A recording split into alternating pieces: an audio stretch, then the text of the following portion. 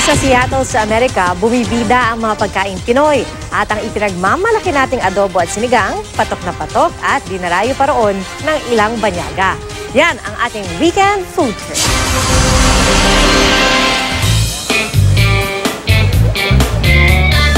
Hindi lang basta palengke, kundi isa sa mga must-see tourist spots sa Seattle, USA ang Pike Place Market. Patok sa mga turista dito ang fresh produce, street performances, at ang pader na pinuno at dinikitan ng used bubblegum.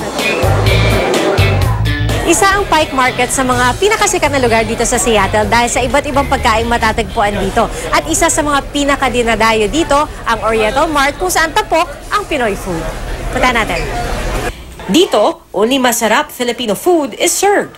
Bestseller ang sinigang na salmon sa miso. Ang bawat set meal nasa $7.99 hanggang $11.99 o 400 to 750 pesos.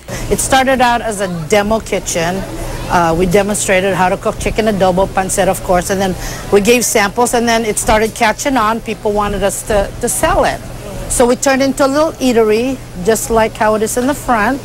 Parang turo-turo.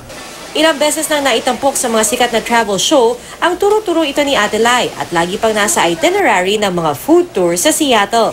Marami sa mga kumakain dito mga regular customer na. Hindi man sila Pinoy, swak sa panlasa nila ang kakaibang timpla ng pagkaing Pinoy. Kaya proud si Ate Lai na ang lutong kinalakan niya na ipamamahagi niya ngayon sa kabilang bahagi ng mundo.